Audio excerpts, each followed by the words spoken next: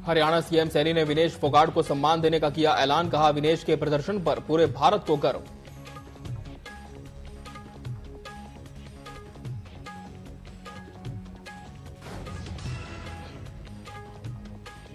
भूपेंद्र सिंह हुड्डा ने कही विनेश फोगाट को राज्यसभा भेजने की बात। कहा, विनेश फोगाट को मिलना चाहिए गोल्ड मेडल विजेता वाला सम्मान।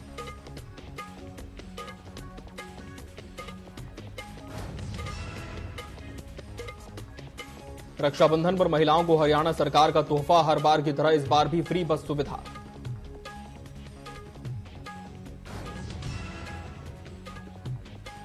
पंद्रह अगस्त को लेकर रूपनगर पुलिस लगातार सक्रिय। एसएसपी ने चलाया चेकिंग अभियान।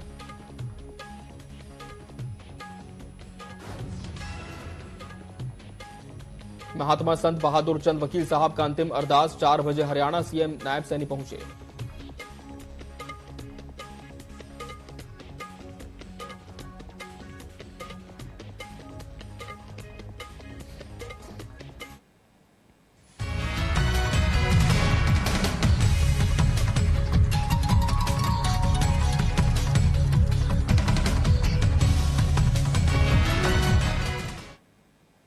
नमस्कार, बहुत स्वागत है आपका न्यूज अपडेट में। मैं हूं आपके साथ अमित शर्मा।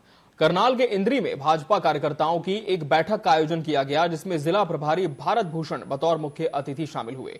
बैठक में 16 अगस्त को इंद्री में होने वाली मुख्यमंत्री नायब सिंह सैनी की रैली को लेकर चर्चा की गई। बैठक में कार्यकर्ताओं की विशेष रूप से ड्यूटी लगाई गई ताकि रैली में ज्यादा से ज्यादा संख्या में लोग पहुंचे।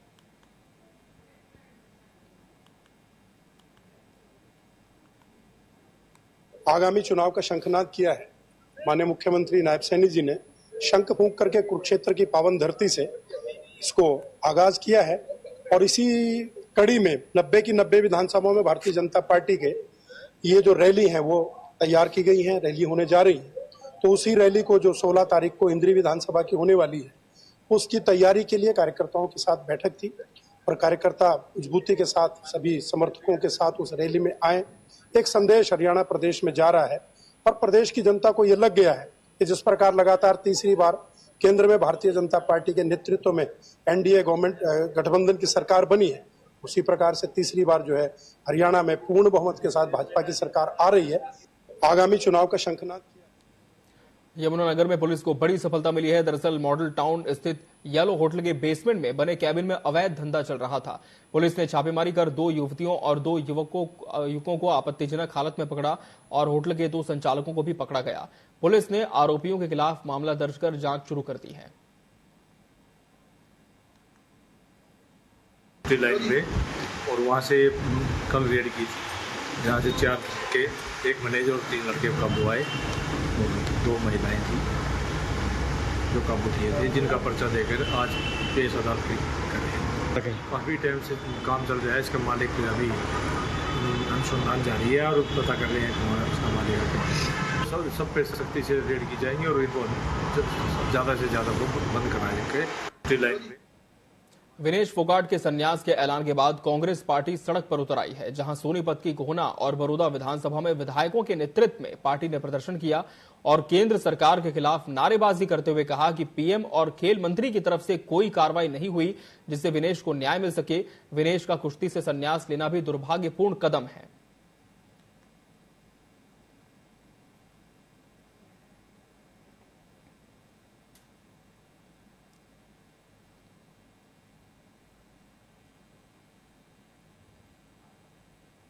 जो लड़की जो है गोल्ड मेडल लेने वाली थी, उसको किस ढंग से रौंदा गया, किस ढंग से उसके साथ व्यवहार हुआ, ये कुश्ती संघ इंडिया का उसका एक बड़ा भारी षड्यंत्र है। जिस ढंग से पहले किया गया, तो मैं ये समझता हूँ कि इसका पूरा का पूरा दोष जो है भारत सरकार पर जाता है। देश के खेल मंत्री उन्होंने विनेश के लिए एक बात भी नहीं उठाई, न ओलंपिक संघ के सामने कोई बात रखी, न उसके साथ न्याय की बात करी गई। इसमें पूरा षड्यंत्र है और इस षड्यंत्र में देश और प्रदेश की सरकार की भी साजिश है। रोहतक में आज विश्व हिंदू परिषद के केंद्रीय संयुक्त महामंत्री डॉक्टर सुरेंद्र जैन ने विश्व हिंदू परिषद के प्रदेश कार्यालय में कहा, पड़ोसी बांग्लादेश हिंसा और अराजकता से ग्रसित है। निर्वाचित प्रधानमंत्री के त्याग पत्र देने और देश छोड़ने के बाद अराजक तत्व हावी हो गए हैं और कानून व्यवस्था सर्वथा निष्प्रभावी हो चुकी है। इस अराजक स्थिति में वहां के अतिवादी जिहादी तत्वों ने हिंदू समाज का बड़े पैमाने पर उत्पीड़न शुरू कर दिया है।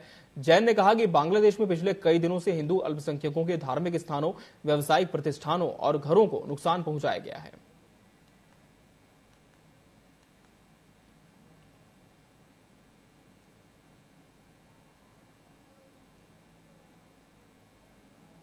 हिंदू समाज को विशेष रूप से निशाने पर लिया जा रहा है।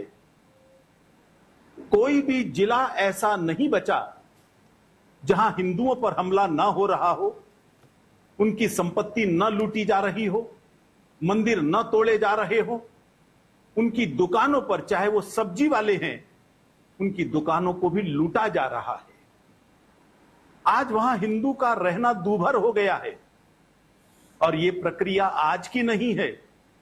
जिस दिन से पाकिस्तान बना है 1947, उसी दिन से हिंदुओं का दमन शुरू हो गया था, जो दमन की प्रक्रिया अब तेजी से आगे बढ़ गई है।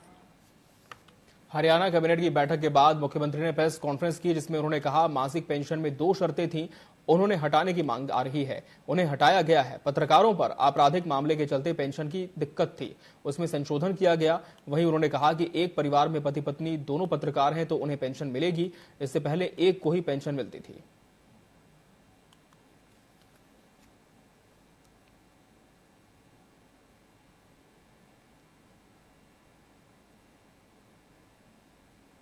और एक बड़ा निर्णय ये हमारी कैबिनेट ने आज लिया है, कर्मचारियों के हित में उनको सुरक्षित करने के लिए मंत्रिमंडल ने ये ऐतिहासिक फैसला आज लिया है।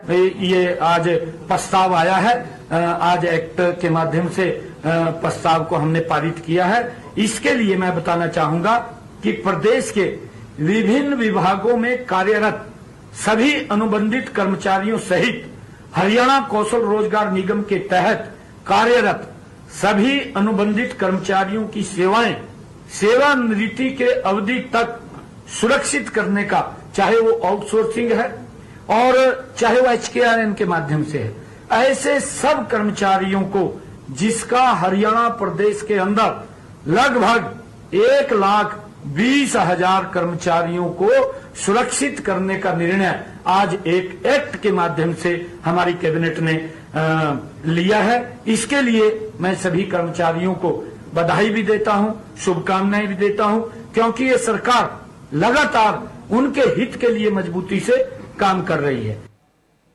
करनाल के दयाल सिंह कॉलोनी में स्थित मेमोरियल अस्पताल के बाहर गोली चलने से सनसनी फैल गई, जहां बाइक सवार 2 बदमाशों ने हवाई फायर कर मौके से फरार हो गए। पूरी घटना सीसीटीवी कैमरे में कैद हो गई। मौके पर पहुंची पुलिस ने पूरे मामले का जायजा लिया।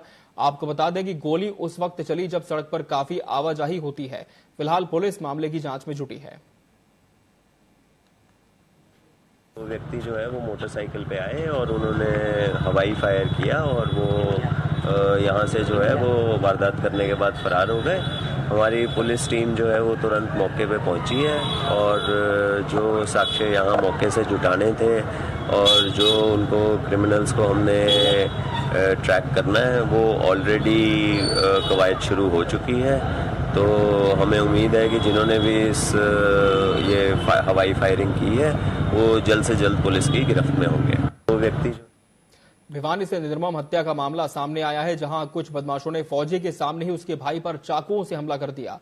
गंभीर रूप से घायल युवक को अस्पताल पहुंचाया गया, जहां चिकित्सकों ने उसे मृत घोषित कर दिया। पूरी घटना सीसीटीवी कैमरे में कैद हो गई, जहां पुलिस ने बताया कि हत्या के कारणों का पता नहीं चल पाया। फिलहाल पुलिस मामले की जांच में है।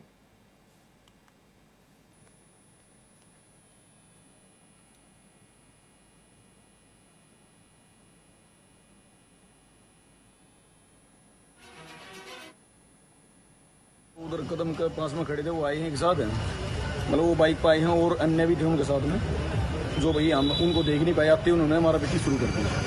तो मारा पीटी में भी हमने भी सुमित है, तरुण है, उसके बाद एक अर्चित है, ये 3 थे। अरविंद का भांजा है वो। 2 भाई थे, नवीन और संदीप। ये जो संदीप है ये आर्मी के अंदर है, सिक्किम में पोस्टेड है, उसके लेने के लिए गए थे अपना। तो ये जब रास्ते के अंदर आए तो 3 अक्यूज है, सुमित, तरुण और अर्चित। इनके साथ फोन पे इनकी बातचीत हुई और बातचीत होने के बाद में इनका कदम हॉस्पिटल के सामने इनको बुलाया। वहाँ पे मामला है, मांग के इसकी तफ्तीश करें, जैसे भी कोई तथ्य सामने आए आपके सामने रखेंगे। अब करनाल में कल्पना चावला मेडिकल अस्पताल का नर्सिंग स्टाफ भी हड़ताल पर आ गया है, जिससे आम जनता तो परेशान हो ही रही है। नर्सिंग स्टाफ अपनी कई मांगों को लेकर कल्पना चावला मेडिकल अस्पताल के बाहर ही धरने पर बैठ गया। नर्स का कहना है कि इनका पद अपग्रेड किया जाए और ग्रुप सी से ग्रुप बी में शामिल किया जाए, साथ ही साथ केंद्र के समान 7200 अलाउंस दिया जाए। अभी नर्सों को मेडिकल अलाउंस 1200 है। इन सभी मांगों को लेकर नर्सिंग स्टाफ हड़ताल पर है।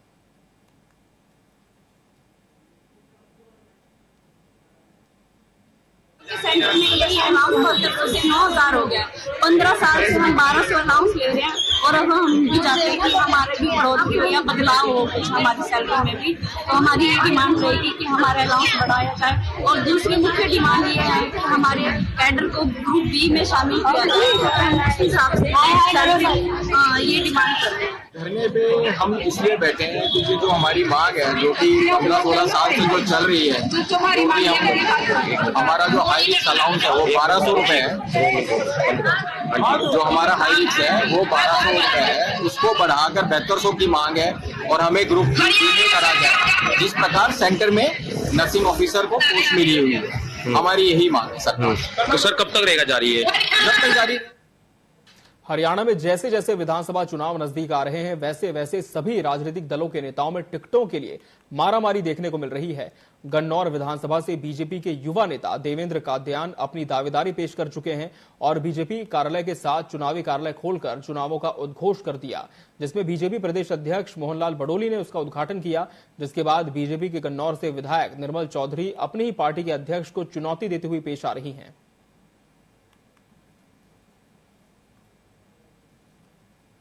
टिकट के टाइम पे फैसला होगा। मैंने कभी किसी को ये नहीं कहा, ना तो पिछली बार मिली तब मैंने किसी को ये कहा था कि भाई टिकट मेरी है, और ना मैंने आज ये कहा कि टिकट मेरी है। टिकट का समय जब होगा, जैसा जिसने कार्य किया है उस हिसाब से बहुत बढ़िया होगा। और परमात्मा कभी किसी के साथ किसी का किया हुआ, किसी का मेहनता ना भगवान ने कभी नहीं रखा। लेकिन जहां तक लोगों का सवाल है, अगर ऐसा किया तो फिर मैं चैलेंज करके कहती हूँ कि किसी एक विधायक के होते हुए जाके पार्टी कार्यालय खोल के और इस तरह की स्पीच दे आए, पता चल जाएगा। मोहनलाल बडोली प्रदेश अध्यक्ष बनने के बाद पहली बार भिवानी पहुंचे, जहां प्रदेश अध्यक्ष बनने पर उनके लिए सम्मान समारोह आयोजित किया गया। इस अवसर पर बडोली ने मीडिया से मुखातिब होते हुए रेसलर विनेश फोगाट को डिस्क्वालीफाई होने से लेकर और किसानों के मुद्दों पर कांग्रेस को घेरा। उन्होंने कहा कि पूरा देश और सरकार विनेश फोगाट के साथ है। इस मामले पर राजनीति करना राष्ट्रहित में नहीं। बडोली ने कहा कि सभी फसलें एमएसपी पर खरीदना जुमला है, तो कांग्रेस अपने राज्यों में ये करके दिखाए। साथ ही पूर्व सीएम भूपेंद्र सिंह हुड्डा पर निशाना साधते हुए विधानसभा चुनाव में 25% भाजपा के पुराने नेताओं के टिकट कटने की बड़ी बात कही। क्या कोई पत्रकार भाई या कोई कांग्रेस का नेता ये बता सकता है कि कहीं भी ईडी ने छापा मारा हो और वो गलत साबित हुआ हो? अगर कोई अपराध करेगा तो उसको पकड़ा भी जाएगा, जो जैसा करेगा उसको भरना पड़ेगा। भारतीय जनता पार्टी की स्पष्ट बहुमत की सरकार हरियाणा प्रदेश में बनेगी और तीसरी बार भारतीय जनता पार्टी एक ऐतिहासिक ये चुनाव होगा जिसमें तीसरी बार भारतीय जनता पार्टी की अपने दम की स्पष्ट बहुमत की सरकार बनेगी। भारतीय महिला पहलवान विनेश फोगाट ने पेरिस ओलंपिक में डिस्क्वालीफाई होने के बाद कुश्ती से संन्यास की घोषणा कर दी है। इस बीच हरियाणा के मुख्यमंत्री नायब सिंह सैनी ने बड़ा ऐलान किया। उन्होंने सोशल मीडिया साइट एक्स पर पोस्ट कर लिखा कि हरियाणा की हमारी बहादुर बेटी विनेश फोगाट ने जबरदस्त प्रदर्शन करके ओलंपिक में फाइनल में प्रवेश किया था। किन्हीं भी कारणों से वो भले ही ओलंपिक का फाइनल नहीं खेल पाई हो, लेकिन हम सबके लिए वो एक चैंपियन है। सीएम ने आगे लिखा, हरियाणा सरकार ओलंपिक रजत पदक विजेता को जो सम्मान, इनाम और सुविधाएं देती है वो सभी विनेश फोगाट को भी कृतज्ञता पूर्वक दी जाएंगी। हमें आप पर गर्व है विनेश।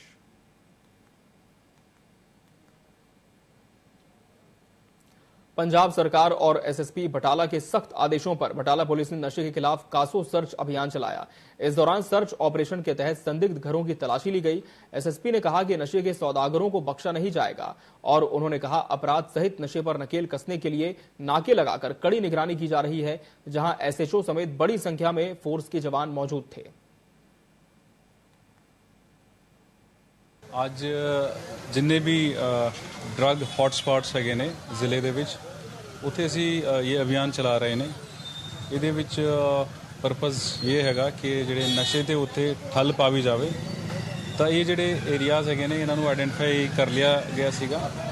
ਤਾਂ ਇਹਦੇ ਵਿੱਚ ਕਰੀਬਨ 90 ਦੇ ਲਾਗੇ ਛਾਗੇ ਜਿਹੜੇ ਅਕਿਊਜ਼ ਹੈਗੇ ਨੇ who are involved in drugs, ਜਿਨ੍ਹਾਂ ਦੇ ਉੱਤੇ ਮੁਕੱਦਮੇ ਦਰਜ ਹੈਗੇ ਨੇ। ਤਾਂ ਅਸੀਂ ਇਹਦੇ ਵਿੱਚ 5 ਜਿਹੜੀ ਸਰਚ ਟੀਮਸ ਕਨਸਟੀਟਿਊਟ ਕੀਤੀਆਂ ਹੈਗੀਆਂ ਜਿਹੜੇ ਹੁਣ ਸਰਚ ਕਰ ਰਹੇ ਨੇ।